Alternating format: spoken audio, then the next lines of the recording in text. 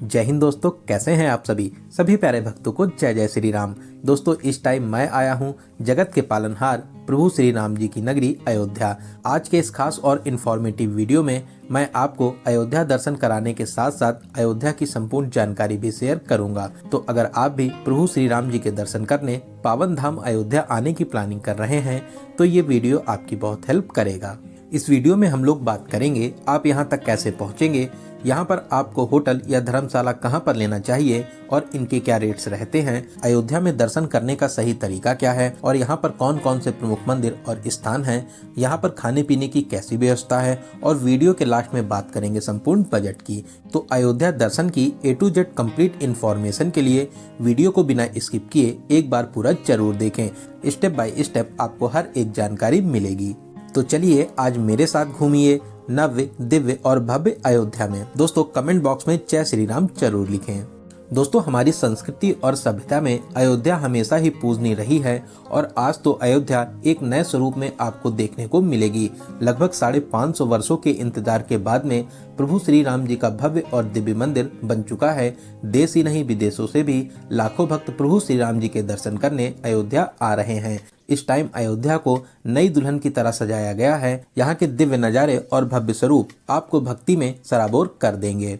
तो फिर चलिए एकदम शुरू से शुरू करते हैं और जानते हैं कि आप अयोध्या तक कैसे पहुंचेंगे। सबसे पहले बात करते हैं ट्रेन की। यहाँ तक आने के लिए ये एक सबसे सस्ता और अच्छा तरीका रहता है। अयोध्या में 2 प्रमुख स्टेशन हैं, अयोध्या कैंट और अयोध्या धाम रेलवे स्टेशन। दोस्तों अयोध्या धाम हाईटेक रेलवे स्टेशन है जो अभी अभी अपने भव्य और विशाल स्वरूप में बना है, जिसे राम मंदिर की थीम पर ही बनाया गया है, जो राम मंदिर से मात्र 1 किलोमीटर की दूरी पर स्थित है। यहाँ तक आपको हर प्रमुख स्टेशन से डायरेक्ट ट्रेन मिल जाती हैं। वहीं बहुत सी ट्रेनें अयोध्या कैंट तक ही आती हैं। अयोध्या कैंट रेलवे स्टेशन यहाँ से 10 किलोमीटर की दूरी पर स्थित है। अयोध्या कैंट रेलवे स्टेशन से आप ऑटो, ई रिक्शा या इलेक्ट्रिक बस में 30 से 40 रुपए का किराया देकर यहाँ तक बहुत ही आराम से आ जाएंगे। वहीं दोस्तों आसपास के राज्य और शहरों से यहाँ तक के लिए आपको डायरेक्ट बसेस भी मिल जाती हैं।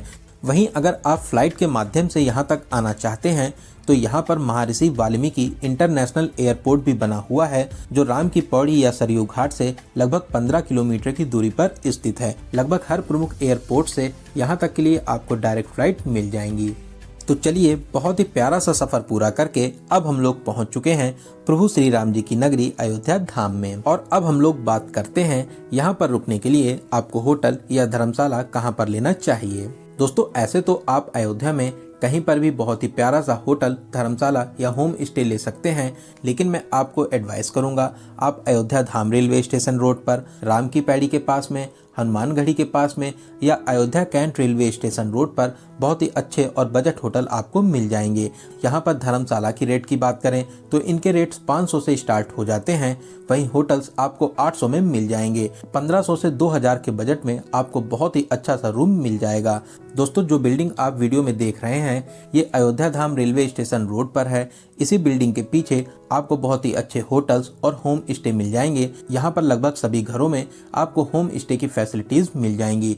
इनके रेट्स की बात करें तो 700 से 800 के बजट में आप एक अच्छा सा रूम ले सकते हैं। वहीं इन प्लेसेस के अलावा आप मंदिर ट्रस्ट के यात्री निवास, त्रिवेणी सदन या श्री राम यात्री निवास में भी रुक सकते हैं। इन सभी प्लेसेस पे आपको बहुत ही अच्छे रूम्स मिल जाएंगे। वहीं अगर आप फ्री में भी रुकना चाहते हैं तो अयोध्या धाम रेलवे स्टेशन के पास में टेंट भी बने हुए हैं, जहां पर आप फ्री में भी रुक सकते हैं। वहीं दोस्तों अगर आप सुबह 8 से 9 बजे तक अयोध्या आ जाते हैं तो आप एक ही दिन में सभी मंदिरों में दर्शन करने के बाद में शाम को अपने घर के लिए वापसी कर सकते हैं। तो आपको यहाँ पर होटल लेने की भी कोई जरूरत नहीं पड़ेगी। तो चलिए अब जानते हैं अयोध्या में दर्शन और घूमने का सही तरीका क्या रहता है, जिससे आप बहुत ही कम समय और सही से सभी प्लेसेस को आराम से कवर कर लें। दोस्तों हम लोग सबसे पहले चलेंगे राम की पैड़ी सरयू घाट पर स्नान करने के लिए, जो अयोध्या धाम रेलवे स्टेशन से लगभग 2.5 किलोमीटर की दूरी पर स्थित है। ई रिक्शे में 20 रुपए का किराया देकर आप आ जाइए लता मंगेशकर चौक के पास में। ये चौराहा रामपथ, धर्मपथ, नया घाट और राम की पैड़ी को जोड़ता है। इसी चौराहे पर विशाल वीणा स्थापित है जो स्वर कोकिला लता मंगेशकर जी को समर्पित है। इसी चौक के पास में धर्मपथ पर सूर्य स्तंभ भी स्थापित है जो यहाँ की भव्यता और दिव्यता को और भी बढ़ाता है। शाम को तो इसके नज़ारे देखते ही बनते हैं। दोस्तों, लता मंगेशकर चौक के सामने ही राम की पैड़ी स्थित है। राम की पैड़ी बहुत ही पवित्र स्थान है। यहाँ पर विश्व विख्यात दीपोत्सव होता है। साथ ही यहाँ का लेजर शो भी बहुत ही ज़्यादा फेमस है। आप आराम से यहाँ पर स्नान कर सकते हैं। वहीं इसके सामने ही लक्ष्मण घाट भी बना हुआ है, जहाँ पर आप सरयू जी में स्नान करना चाहें तो वहाँ पर भी स्नान कर सकते हैं। इसके अलावा यहाँ से कुछ ही दूरी पर नया घाट भी बना हुआ है। बहुत से लोग नए घाट पर भी स्नान करते हैं। वहीं आप सरयू जी में नौका विहार का भी आनंद ले सकते हैं। इसका एक्सपीरियंस भी बहुत ही ज़्यादा खास रहता है। मैक्सिमम लोग यहाँ पर सरयू जी में नौका विहार जरूर करते हैं। तो यहाँ पर स्नान करने के बाद में अब हम लोग चलेंगे राम की पैड़ी पर ही स्थित श्री नागेश्वर महादेव जी के दर्शन करने के लिए। दोस्तों, ये महादेव जी का बहुत ही प्राचीन और अलौकिक स्थान है। ऐसी मान्यता है सरयू जी में स्नान करने के बाद में यहाँ पर दर्शन करने से आपकी सभी मनोकामनाएं पूरी होती हैं। बहुत ही प्यारा और भव्य मंदिर बना हुआ है। आप यहाँ पर दर्शन करने जरूर आइए। यहाँ पर दर्शन करने के बाद में आप फिर से लता मंगेशकर चौक के पास में आ जाइए। फिर यहाँ से ई रिक्शे में 20 रुपए का किराया देकर अब हम लोग चलेंगे हनुमानगढ़ी। दोस्तों, पूरी अयोध्या को ही एक ही रंग और डिजाइन में बनाया और सजाया गया है। सच में इसकी भव्यता देखते ही बनती है। वहीं रात में तो इसकी सुंदरता में 4 चांद लग जाते हैं। यहाँ पर लाइट्स में हर दिन आपको दिवाली ही लगेगी। दोस्तों, वीडियो में आप इसकी सुंदरता देख ही सकते हैं। कितनी प्यारी प्यारी लाइट से पूरी अयोध्या को सजाया गया है। तो चलिए, अब हम लोग आ चुके हैं अयोध्या के सेनापति हनुमान जी की शरण में हनुमानगढ़ी। दोस्तों, ऐसी मान्यता है प्रभु श्री राम जी के दर्शन करने से पहले आपको हनुमान जी के दर्शन करने चाहिए, तभी आपकी ये पावन यात्रा सफल मानी जाती है। मंदिर के बाहर ही बहुत सी प्रसाद और फूल माला की दुकानें हैं। यहाँ पर आप प्रसाद लेकर अपने जूता चप्पल और सारा सामान रख सकते हैं। फिर आप 76 सीढ़ियाँ चढ़कर मुख्य मंदिर में आ जाएंगे। यहाँ पर आप हनुमान जी के दर्शन कर आशीर्वाद प्राप्त कर सकते हैं। दोस्तों, ये हनुमान जी का बहुत ही अलौकिक और दिव्य मंदिर है। यहाँ पर दर्शन करने से आपकी सभी मनोकामनाएं पूरी होती हैं। फिर यहाँ पर दर्शन करने के बाद में आप पीछे के मार्ग से मंदिर के बाहर आ जाएंगे। दोस्तों, हनुमानगढ़ी में हनुमान जी के दर्शन करने के बाद में अब हम लोग चलेंगे यहाँ के राजा प्रभु श्री राम जी के दर्शन करने, जो अपने भव्य और नए मंदिर में बहुत ही अद्भुत शैली में विराजमान हैं। सामने आप जो रास्ता देख रहे हैं, ये रास्ता दशरथ महल होते हुए राम मंदिर तक जाता है। वहीं आप अगर चाहें तो फिर से राम पथ पर आकर राम मंदिर के मुख्य द्वार से, जिसे सिंह द्वार कहते हैं, इससे भी एंट्री कर सकते हैं। लेकिन दशरथ महल वाला रास्ता कम दूरी का है, तो अब हम लोग इसी रास्ते से दशरथ महल फिर अमावा राम मंदिर होते हुए राम मंदिर जन्मभूमि एंट्री पॉइंट पर पहुंच जाएंगे। तो चलिए दोस्तों, अब हम लोग जानते हैं आप यहाँ पर दर्शन कैसे करेंगे और यहाँ पर आपको क्या क्या फैसिलिटीज मिलती हैं। दोस्तों, आप चाहे सिंह द्वार से एंट्री करें या अमावा राम मंदिर के पास से, अगर आपके पास में बैग, मोबाइल फोन या कोई भी इलेक्ट्रिक सामान है या आप जूता चप्पल पहने हैं, तो फिर आप नॉर्मल लाइन में लगकर आगे बढ़ते हुए स्कैनिंग पॉइंट तक आ जाइए। यहाँ पर आपका सभी सामान स्कैन किया जाता है। फिर उसके बाद में लॉकर एरिया में एंट्री कर सकते हैं। वहीं दोस्तों, अगर आपके पास में कोई भी सामान नहीं है, साथ ही साथ आप जूता चप्पल भी पहने नहीं हैं, तो आप फास्ट ट्रैक लेन में एंट्री कर सकते हैं। जो आप भगवा कलर की लाइन देख रहे हैं, यही फास्ट ट्रैक लेन है। आप इसमें एंट्री कर डायरेक्ट मंदिर में एंट्री कर सकते हैं।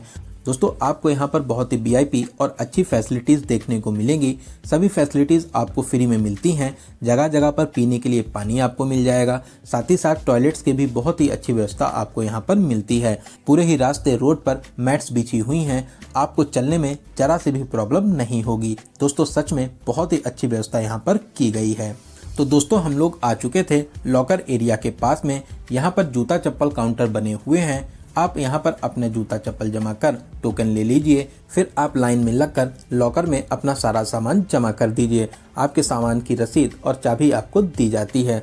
तो सारा सामान जमा करने के बाद में अब हम लोग चलेंगे प्रभु श्री राम जी के दर्शन करने। लाइन में लगकर आगे बढ़ते हुए अब हम लोग मंदिर प्रांगण में आ जाएंगे।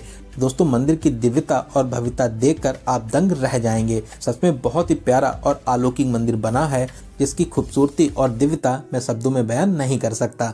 जैसे ही आप सीढ़ियां चढ़कर मुख्य मंदिर में प्रवेश करेंगे, दूर से ही आपको प्रभु श्री राम जी के दर्शन मिल जाएंगे। फिर आप आगे बढ़ते हुए गर्भगृह के पास में आकर प्रभु श्री राम जी के बहुत ही अलौकिक और दिव्य दर्शन को प्राप्त कर सकते हैं।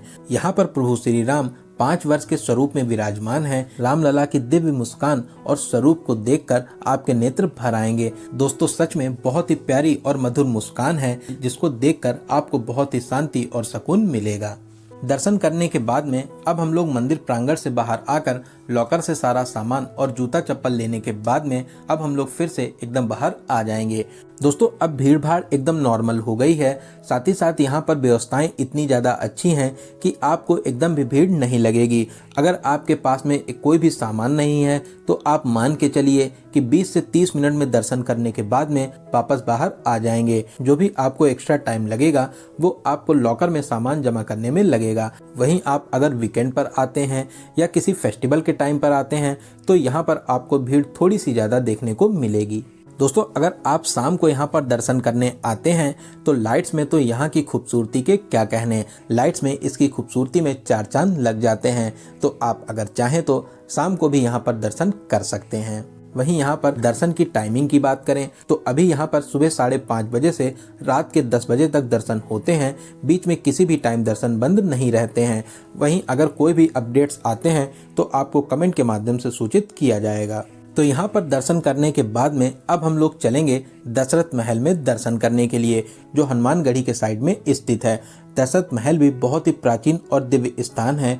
यहाँ पर आप पूरे राम दरबार के बहुत ही अद्भुत और अलौकिक दर्शन प्राप्त कर सकते हैं। दोस्तों आप यहाँ पर कुछ देर बैठकर राम धुन को जरूर गुनगुनाइए, यहाँ पर आपको बहुत ही ज्यादा अच्छा लगेगा। यहाँ पर दर्शन करने के बाद में अब हम लोग चलेंगे कनक भवन, जो यहाँ से लगभग 100 मीटर की दूरी पर स्थित है। दोस्तों कनक भवन की भव्यता देखते ही बनती है। स्वर्ण के समान बहुत ही प्यारा सा महल बना हुआ है। ये प्यारा सा महल माता सीता और राम जी का निजी महल था। इस प्यारे से भवन में प्रवेश कर आप विशाल प्रांगण में आ जाएंगे। सामने ही मुख्य मंदिर बना हुआ है, जहाँ पर माता सीता और प्रभु श्री राम जी के आप अद्भुत और अलौकिक दर्शन कर आशीर्वाद प्राप्त कर सकते हैं। आप यहाँ पर कुछ देर जरूर बैठिए, आपको यहाँ पर बैठकर बहुत ही ज़्यादा अच्छा लगेगा। साथ ही साथ शाम को लाइट्स में इसकी भव्यता में भी 4 चांद लग जाते हैं। आप शाम को भी यहाँ पर दर्शन करने आ सकते हैं। कनक भवन प्रांगण में ही श्री लाल दरबार मंदिर और श्री कनकेश्वर महादेव मंदिर भी स्थापित हैं। आप यहाँ पर भी दर्शन कर आशीर्वाद प्राप्त कर सकते हैं। ये भी स्थान बहुत ही ज्यादा प्राचीन और अलौकिक है। आप यहाँ पर भी दर्शन जरूर करें। दोस्तों अयोध्या में आप इन सभी प्लेसेस के अलावा त्रिमणि रामदास छावनी, तुलसी स्मारक, जैन मंदिर और भी बहुत से प्रमुख मंदिर हैं, वहाँ पर भी आप दर्शन कर सकते हैं। तो चलिए अब हम लोग बात करते हैं यहाँ पर खाने पीने की कैसी व्यवस्था है। दोस्तों पूरे ही अयोध्या में जगह जगह आपको विशाल भंडारे मिल जाएंगे। आप सिंह द्वार के पास में अमावा राम मंदिर, राम पथ पर, राम की पैड़ी के पास में, सरयू घाट के पास में आप यहाँ पर हर तरीके का भोजन और प्रसाद ग्रहण कर सकते हैं। वहीं अगर आप ढाबे या रेस्टोरेंट में भोजन करना चाहते हैं तो यहाँ पर बहुत से रेस्टोरेंट भी बने हुए हैं, जहाँ पर आप अपने बजट के हिसाब से भोजन कर सकते हैं।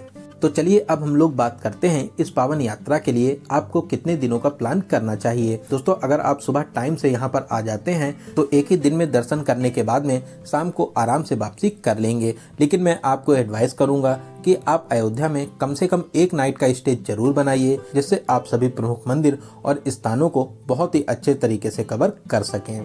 तो चलिए अब हम लोग बात करते हैं सबसे जरूरी क्वेश्चन बजट की।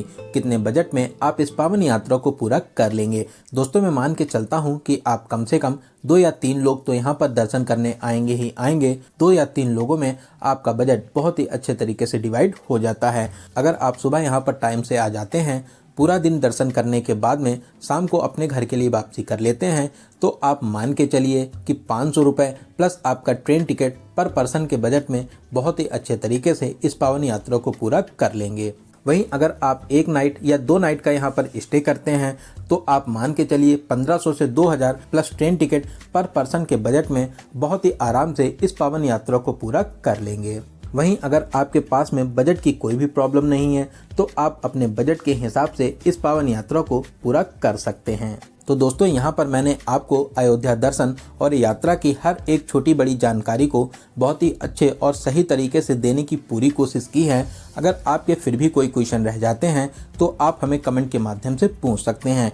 बहुत ही जल्दी आपको कमेंट का रिप्लाई दिया जाएगा। दोस्तों ये वीडियो आपको कैसा लगा और आप इस वीडियो को कहाँ से देख रहे हैं, कमेंट बॉक्स में जरूर